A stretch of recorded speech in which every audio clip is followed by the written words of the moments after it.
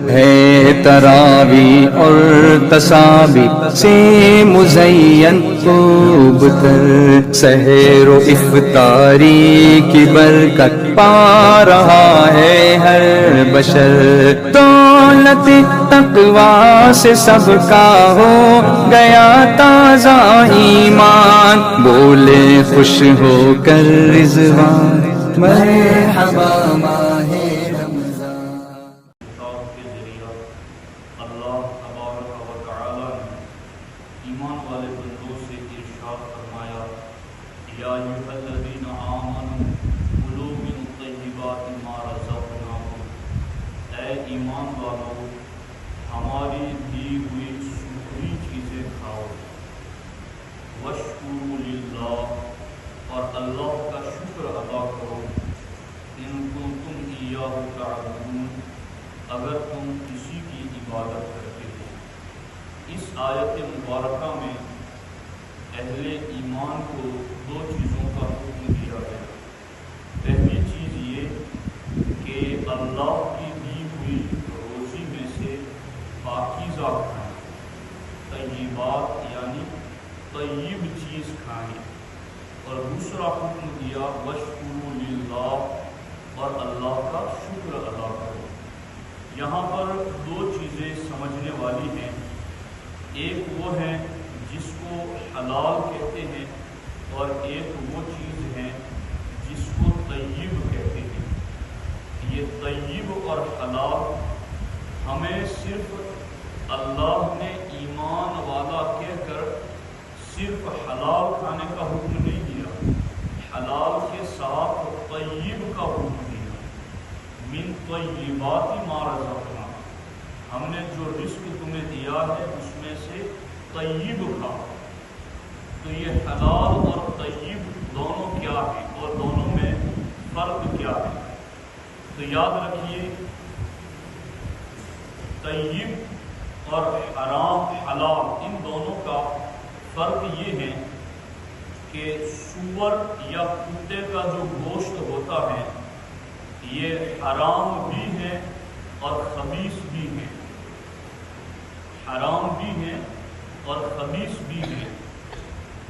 لیکن دوسری طرف کچھ چیزیں ایسی ہیں جو حلال تو ہوتی ہیں مگر بندے کے لیے طیب نہیں ہوتی، جیسے گیہوں ہے، سبزی ہے، یا کوئی بھی کھانے پینے کی چیز ہے، لیکن اس کو حرام پیسوں سے حاصل کیا، چوری کے پیسوں سے، ڈکیتی کے پیسوں سے، حرام کمائی سے اس سبزی کو خریدا، اس حلال صحیح العقیدہ سنی کے ذبیحے کو خریدا حرام کمائی سے، سبزی کو خریدا حرام کمائی سے، اسی طریقے سے پھل فروٹ کو خریدا حرام کمائی سے۔ تو اب پھل فروٹ اور سبزی یا سنی صحیح العقیدہ کا ذبیحہ، تو یہ چیزیں حلال تو تھی اور حلال تو ہیں، مگر چونکہ اس کو حرام پیسوں سے خریدا تو اب یہ حلال تو چیز ہے مگر یہ طیب نہیں ہے، یہ چیز خبیث ہے، گندی ہے۔ اس کو میں آپ کے سامنے ایک مثال کے ذریعہ واضح کروں کہ ہمارے کپڑوں پر اگر پیشاب کے قطرے لگ جاتے ہیں تو ہم سمجھتے ہیں کہ یہ کپڑے ناپاک ہو گئے، اب اس کو دھونا ہے۔ تو آدمی کو اگرچہ وہ چھینٹے نظر نہیں آتے، کپڑے پر سوکھ چکے ہیں، لیکن پھر بھی انسان ان کپڑوں کو نکال دیتا ہے کہ یہ میرے کپڑے ناپاک ہو گئے۔ لیکن کپڑوں پر کبھی کبھی کولڈ ڈرنک پی رہا تھا وہ گر گئی، یا کپڑوں پر تھوک گر گیا، ریت گر گئی، یا اس طرح کی کوئی اور پاک چیز گر گئی، لیکن انسان اس کو بھی تو دھوتا ہے، اس کو بھی تو نکالتا ہے۔ حالانکہ شربت کے گرنے سے، کولڈ ڈرنک کے گرنے سے یا تھوک کے کپڑے پر لگ جانے سے کپڑا ناپاک نہیں ہوا، لیکن گندا ضرور ہو گیا۔ تو آدمی صرف ناپاک چیز سے ہی نہیں بچتا بلکہ گندی چیز سے بھی بچتا ہے۔ اسی طریقے سے اللہ تعالی ایمان والے بندوں کو حکم دیتا ہے کہ تمہیں صرف حرام روزی سے ہی نہیں بچنا بلکہ تمہیں خبیث چیز سے بھی بچنا ہے. یعنی تم سور اور کتے کے گوشت سے تو اپنے آپ کو بچاتے ہو کیونکہ وہ کھلا ہوا حرام اور ناپاک ہے، مگر تم اس چیز سے بھی اپنے آپ کو بچاؤ جس طریقے سے تم اپنے کپڑے پر شربت گرنا پسند نہیں کرتے چونکہ اس سے کپڑا گندا ہو جاتا ہے اگرچہ شربت پاک ہے. اسی طریقے سے اناج جو آپ نے دکان سے خریدا، سبزی جو آپ نے دکان سے خریدی، آٹا جو آپ نے دکان سے خریدا، تو وہ سبزی، آٹا اور اناج وہ تو حلال ہے، اس میں نجاست نہیں ہے، وہ ناپاک نہیں ہے، وہ حلال ہے. مگر اس کو حرام پیسوں سے خریدا تو وہ حلال ہوتے ہوئے بھی خبیث اور گندی چیز ہوگی. تو جس طریقے سے ہم اپنے کپڑوں کو پیشاب کے قطروں سے بھی بچاتے ہیں اور شربت وغیرہ کے پڑنے سے بھی بچاتے ہیں، اسی طرح اللہ ایمان والے بندوں کو حکم دیتا ہے کلوا من طیبات ما رزقناکم. صرف تمہیں ایمان والو حلال ہی کی پابندی نہیں کرنی بلکہ کھانے میں تمہیں حلال کے ساتھ طیب کی بھی پابندی کرنی ہے.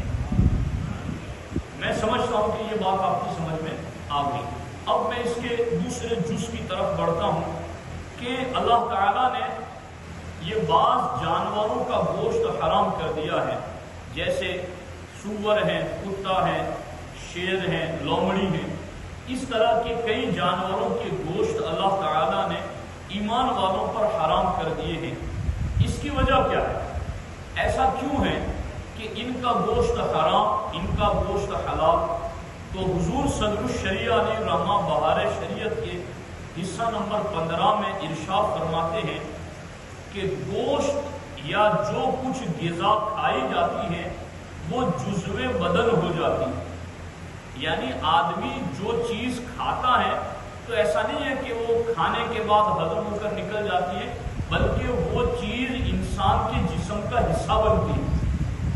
جو کھاتا ہے وہ چیز انسان کے جسم کا حصہ بنتی ہے اور پھر وہ جب جسم کا حصہ بنتی ہے تو اس کے اثرات بھی ظاہر ہوتے ہیں، اس کے اثرات بھی ظاہر ہوتے ہیں.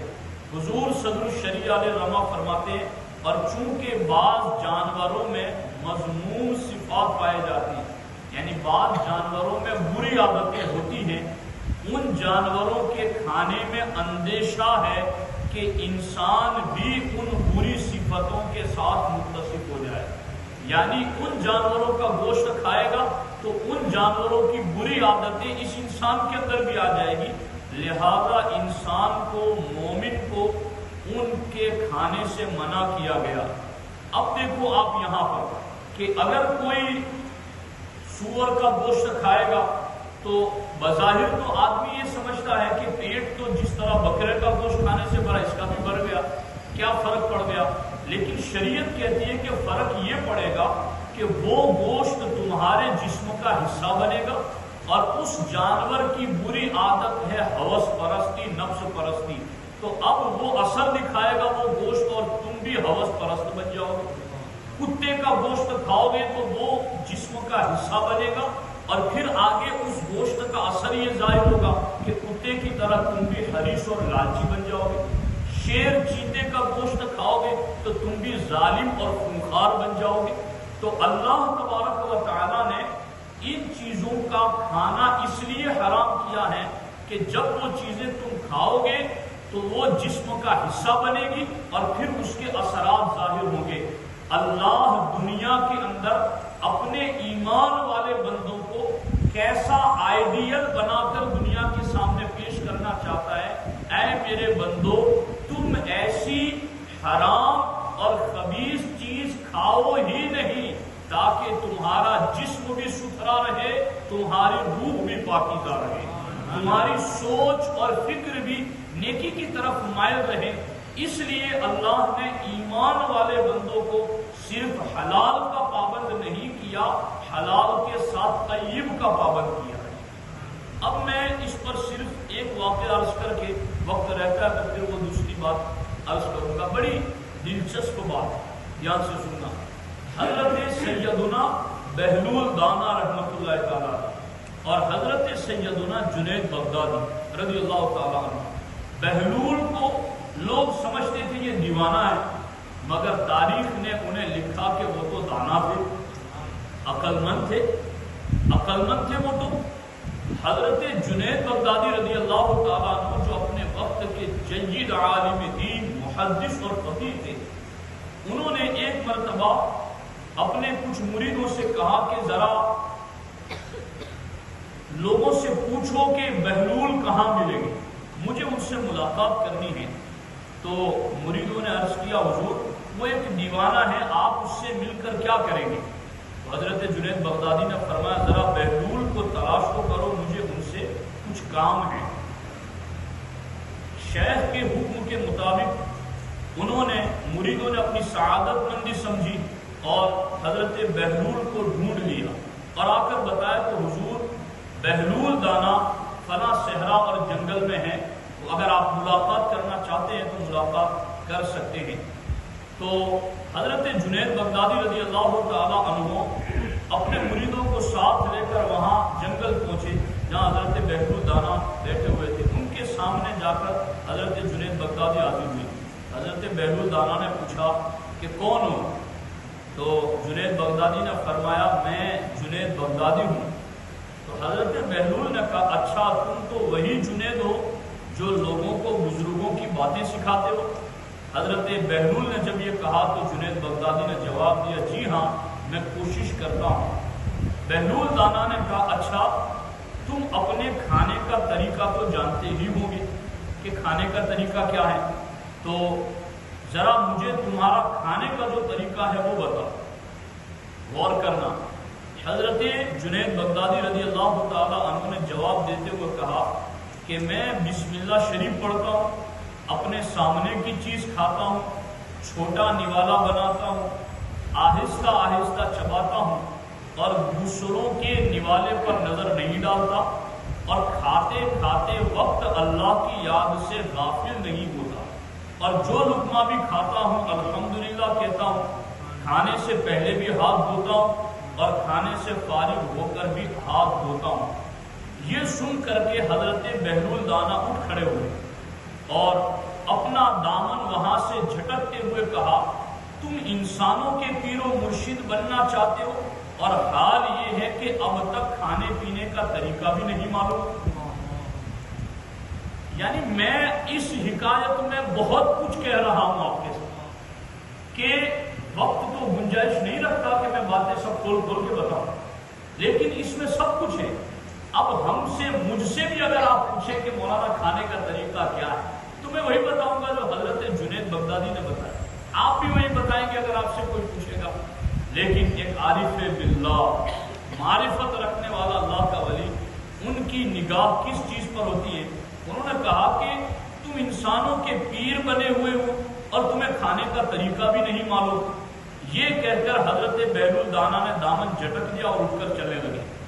تو شیخ جنید بغدادی کے مریدوں نے کہا حضرت ہم نہیں کہتے تھے کہ یہ دیوانہ شخص ہے، یعنی دیوانے کا مطلب وہ پاگل اور مجذوب قسم کا بندہ وہ کہنا چاہتے تھے کہ ہم نہیں کہتے تھے یہ دیوانہ شخص ہے۔ حضرت جنید نے فرمایا ہاں دیوانہ تو ہے، لیکن اپنے کام کے لیے ہوشیاروں کے کان کاٹتا ہے، اس سے سچی بات سننا چاہیے۔ آؤ اس کے پیچھے چلتے ہیں پھر ان سے بات کرتے ہیں۔ جب آگے چلے تو حضرت جنید بغدادی رضی اللہ تعالیٰ عنہ نے ان کو ایک جگہ بیٹھا ہوا پایا، یہ سامنے جا کے بیٹھ گئے۔ حضرت بہلول نے پوچھا کون ہو؟ کہا میں حضرت جنید بغدادی ہوں۔ کہا وہی شخص ہو جسے کھانے کا طریقہ نہیں معلوم؟ انہوں نے کہا ہاں حضور مجھے کھانے کا طریقہ نہیں معلوم، آپ مجھے بتا دیں کہ کھانے کا طریقہ کیا ہے۔ علم والوں میں بھی یہ عاجزی ہونی چاہیے، انکساری ہونی چاہیے۔ اب حضرت جنید بغدادی نے کہا کہ مجھے کھانے کا طریقہ بتا دیں، تو حضرت بہلول دانا رحمۃ اللہ تعالی علیہ نے ارشاد فرمایا کھانے کا طریقہ یہ ہے کہ سب سے پہلے حلال کی روزی ہونی چاہیے۔ اگر غذا میں حرام کی آمیزش اور ملاوٹ ہو جائے تو جو آداب اور طریقے تم نے بیان کیے ان کے برتنے سے کوئی فائدہ نہیں ہوگا۔ لقمہ ہی حرام کا ہو، اس میں ہی کچھ آمیزش اور ملاوٹ ہو، تو تم چاہے بسم اللہ پڑھو، داہنے ہاتھ سے کھاؤ، چھوٹے لقمے کھاؤ، چبا چبا کے کھاؤ، ہاتھ دھو کے کھاؤ، بعد میں ہاتھ دھو، پہلے پڑھو دعا، بعد میں پڑھو دعا، لیکن حلال ہی کا لقمہ نہ ہو۔ تو حضرت سیدنا بہلول دانا رحمۃ اللہ تعالیٰ علیہ نے فرمایا کہ کھانے کا طریقہ یہ کہ سب سے پہلے حلال کی روزی ہونی چاہیے۔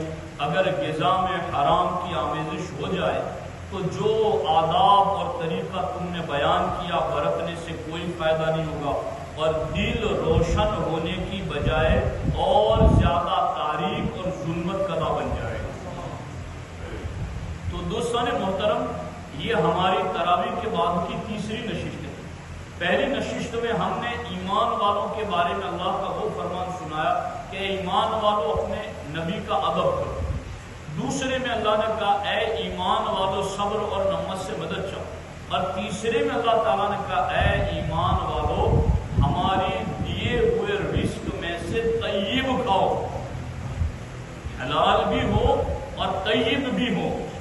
حلال اور طیب میں فرق میں نے آپ کو سمجھا دیا، اور پھر کھانے سے اثر کیا ہوتا ہے وہ بھی میں نے آپ کو بتا دیا، اور جتنے بھی طریقے اپنائے ہوئے ہیں کہ دسترخوان لال رنگ کا ہو اور دسترخوان یہ ہو تو اتنی برکتیں، ساری برکتیں تب ملے گی جب لقمہ حلال کا ہو۔ یہ حضرت بہلول دانا نے دانائی والی بات بتائی، یہ عقل مندی اور معرفت والی بات بتائی۔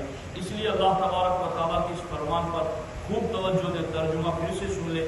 ہمارا رب جل جلالہ رب العزت تبارک و تعالی ارشاد فرماتا ہے یا ایھا الذین آمنوا، اے ایمان والو، کلوا من طیبات ما رزقناکم، ہمارے دیے ہوئے رزق میں سے طیب کھاؤ، واشکروا للہ، اور پھر اللہ کا شکر ادا کرو۔ یہ تم دونوں کام کرو، کیوں؟ ان کنتم ایاہ تعبدون، کیونکہ تم اللہ کو معبود مانتے ہو، اس کو معبود مانتے ہو، اس کی عبادت کرتے ہو، تو پھر تم یہ دو کام کرو۔ اس کے اثرات یقیناً جو لوگ اس کی پابندی کرتے ہیں نا، واقعی میں ان کی روح، ان کا باطن، ان کی سوچ اور فکر بہت پاکیزہ ہو جاتی ہے۔ اللہ تبارک و تعالی ہمیں ان احکامات پر عمل